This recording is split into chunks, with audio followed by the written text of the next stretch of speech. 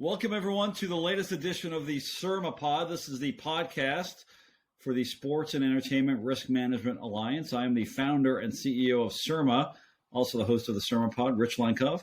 We're very privileged to have Landis Barber today. Landis is an associate with Safran Law out of Raleigh. He's also a blogger for the excellent site offthecourtdocket.com, which covers all things sports and law related. Landis, welcome to the SERMAPod. Thanks for having me. It's good to be here.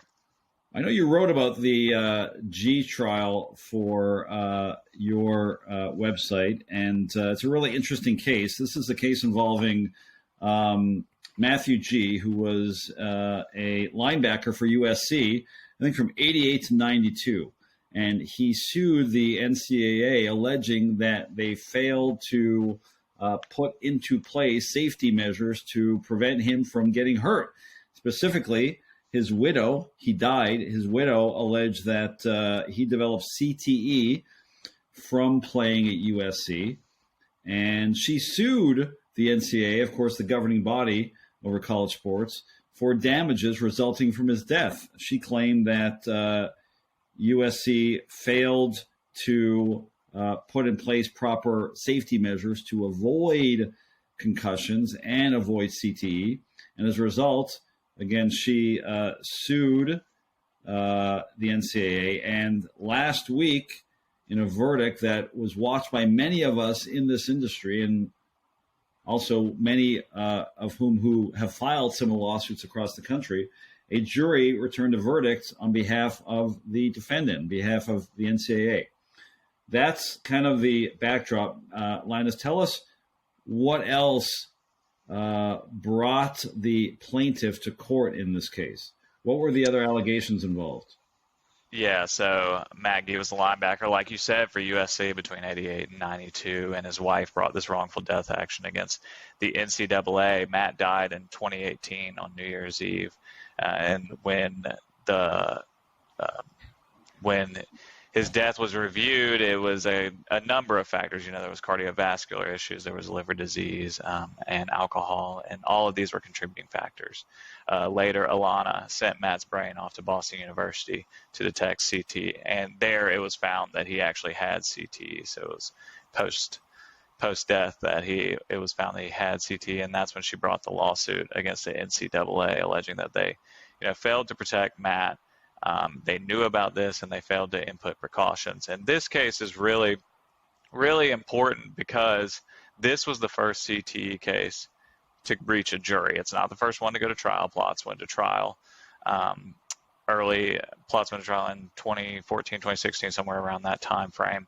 And that settled quickly after trial began. But this is the first one to reach a jury, and that's exactly why people were following this case. They wanted to see what would happen, whether it would settle, and it turns out that the jury actually ruled in favor of the NCAA here.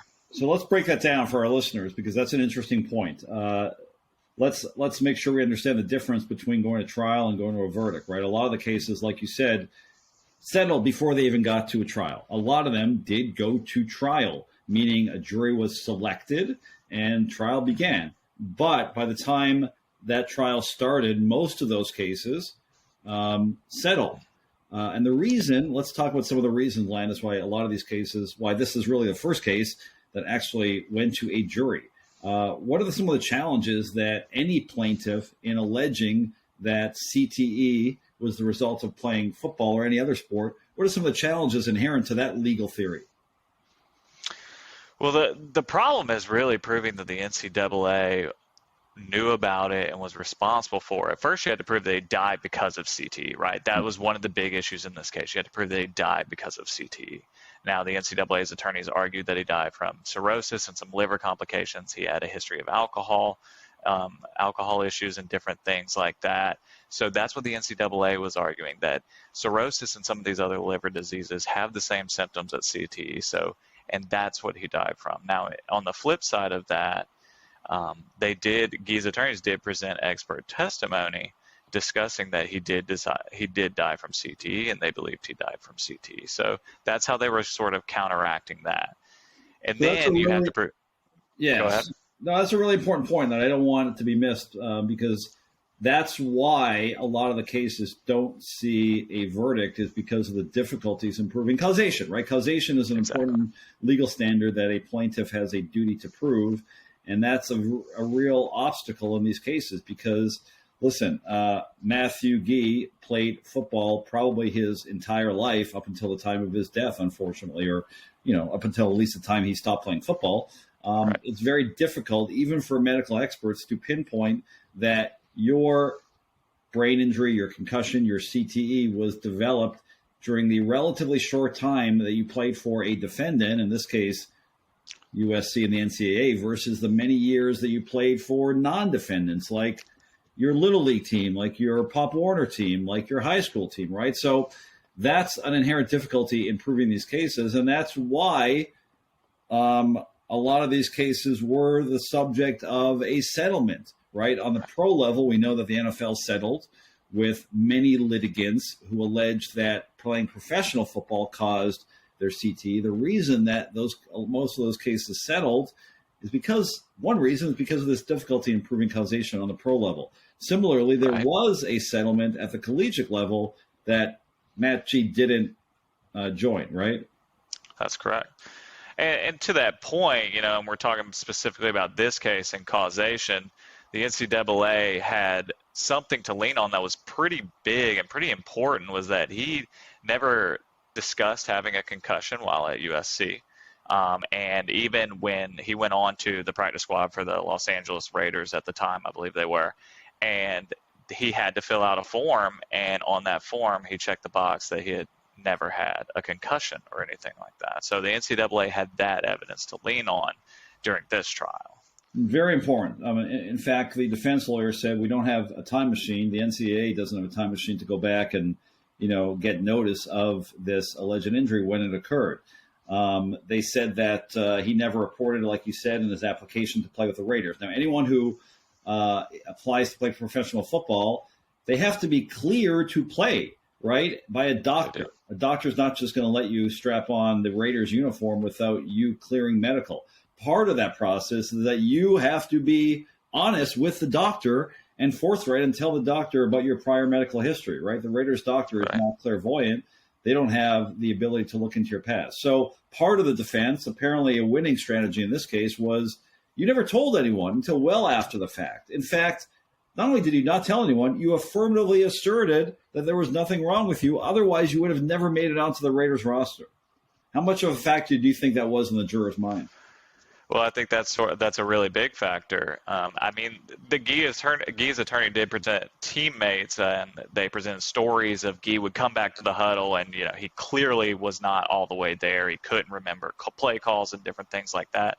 But the fact that he said, "I've never had a concussion," really must have gone a long way. And keep in mind, CTE was not discovered from football players until 2005 when Boston University conducted a study. Now, Gee played at USC between 88 and 92. 2005 is obviously well after that. So I think the NCAA's point is, how are we supposed to know about this if you're not admitting that you ever had a concussion during that time period? Keep in mind, this is all posthumously, obviously. And we never even knew that this was a thing until 2005. The answer that the plaintiffs gave to that defense was that the NCAA knew about brain injuries going back to the 30s.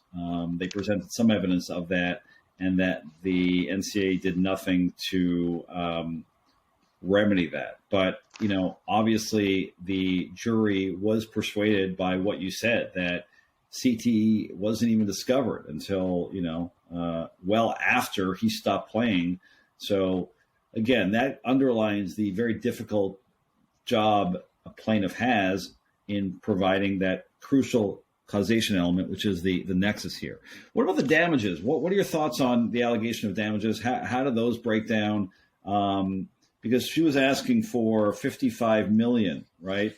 Do you think that amount of damages might have been a factor in how the jury decided this case? I don't think it was as much of a factor in how the jury decided this case. I mean, it just seems like they leaned on other issues, the lack of reporting concussions, and that issue with CTE, and it wasn't discovered in football players until 2005 when a Boston University medical study revealed it, and a doctor from Boston University revealed it. The other issue, I think the Geese had some real issues overcoming some lacks of evidence from the other side, in that you just discussed they tried to present evidence that the NCAA knew about this, but keep in mind there was the Geese attorneys are alleging that there were some journals missing between 1933 and 1966 that did reveal that the NCAA knew about these issues, so the Geese couldn't put those into evidence. So I think it was really sort of that lack of being able to prove that the NCAA knew about these issues and overcoming that he died from CTE that was really the issues. Damages could have been a part of it, but ultimately I don't think that was as much as the other issues within the Geese case. Landis, another piece of evidence that the plaintiffs tried to get in that was kept from the jury ultimately was information about other linebackers, teammates of Gee, who played on the defense at USC during the same time period. One famously was Junior Seau, who we all know from the Chargers, a Hall of Famer who ultimately died, and that death was linked to CTE. Obviously, a very crucial ruling by the trial judge to not allow that other information in. That would have, I think, been very persuasive in establishing that this wasn't simply because of the factors that the defense posited. In other words, his own, medical history and his alcohol abuse, drug abuse, whatever. But this was a pattern, as evidenced by other people who played with him that also died from this. Why do you think that ruling was made legally, and how crucial was that, you think, not being involved in the trial? We understand, but not being in the jury room, but how persuasive would that have been had the jury seen it? That would have been huge, I think. One of 5 linebackers. We're not talking about offensive linemen. We're not talking about defensive line. We're not talking about one of 5 defensive players. We're not talking about one of 5 offensive players. We're not talking about one of 5 team members. We're talking about one of 5 linebackers died before the age of 50. Or all 5 of them died before the age of 50, and he was one of them. Obviously, the other was one of the more famous one was Junior Seau as well, who also was diagnosed with CTE posthumously. And I think that was a huge factor, but I think the judge probably looked at it and said this could be more prejudicial than probative. It's not relevant to Gee's death, but ultimately I do think it was a huge factor, and it would have been a huge factor if it could have been gone to the jury, and it could have been something the jury included. So, Linus, you talked about, and in your piece you talked about other lawsuits and the effect of the Gee verdict on these other lawsuits. Where do you think we stand now? I mean, this is a huge verdict. First one that went to trial, went to a verdict that came back in favor of the defense. So what impact do you think that will have to the hundreds, thousands of other similar lawsuits that are currently making their way through the dockets in this country? It gives the NCAA something to lean on, and the NCAA has made it clear that they're going to continue to fight these cases. They said it in their post statement that they would continue to fight these cases throughout the country, but that doesn't mean it's necessarily over, especially for some of these more recent cases and different things like that. Some of these cases that may not have other elements involved, such as cirrhosis and alcohol issues and different things like that. It could present more problems for the NCAA, but still there's that causation problem. Right, it's unclear whether people will be able to overcome that, and now the NCAA has something to lean on, a verdict to lean on, and that they can cite in other cases throughout the country. 100%. I guess my last question, Landis, is when it comes to these type of allegations and lawsuits, we talk a lot about in our organization and on this podcast about reputational risk, right? And the very fact that this case went to trial has an impact on the NCAA. Let's face it, the NCAA has had its share of issues recently, right? That's been a fact for the last 20 or 25 years. And another reason why these cases don't often go to a verdict, and in fact has never gone before this case, and generally don't go to trial is because there's a risk there, not just a risk of monetary damages, but there's a reputational risk. And anytime the NCAA is covered in the same sentence by thousands of news organizations as CTE, brain trauma concussion, that's never a good look, right? So conversely, as someone who defends a lot of organizations against lawsuits like this, a win in this kind of case also has an effect on your reputational risk. And to your earlier point, it has a bit of a chilling effect on others who might bring a lawsuit that you think is meritless. So maybe you could give us some sense of, the two sides of that coin. There is a risk anytime a case goes to trial, the high-profile defendant involving things like brain trauma, that's highly a sensitive area, right? Every parent who sends their kid off to play sports is cognizant of risks. And as a governing body, you don't want to see your name associated with that, even if you win. So there's a risk to your reputation, even in a victory like this. Yeah, this was a risk for both sides to go to a verdict. I mean, think about what would have happened had the jury returned a different verdict, had the jury returned in favor of the Gees. And to your point about damages, maybe that did kind of spook some people in the jury to say, wow, if we open this floodgates, then there's going to be thousands of people across the country that now are seeking lawsuits and seeking damages in similar amounts to the Gees. And there was a risk in that and going to it. And this can only, even in a win for the NCAA, this doesn't look great, especially when you come out and say, we'll fight these issues. But the NCAA this won't be the last case, so the NCAA is going to have to continue to input changes into college football and other areas, especially if I was listening on the radio today, we're expanding a college football playoff right now. We're adding more games, right, to a team's season. And the NCAA is doing that. Division I is doing that. And that's obviously more opportunities for head trauma and issues like that. So they're going to have to continue to safeguard against these risks and what could happen in CTE and other issues. But it was a risk for the NCAA to go to a jury and not settle this. But it won't be the last time that a case reaches the jury. Landis, what's next on offthecourtdockets.com? What are you covering next? I have no clue right now. I'll have to find something to cover next.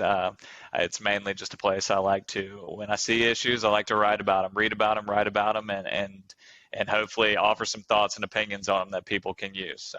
Hey, that's the interesting part of what we're doing, right? I mean, there's new stories every day, seemingly in sports, legal issues, risk issues. You never know what's next. You got to be on your toes. So I appreciate you coming on, Landis, and we'll see you next time on the SERMAPod. Absolutely. Thanks for having me. Ideas, strategies, and opinions represented on this podcast are those of the speakers and do not represent the ideas, strategies, and opinions of their employers.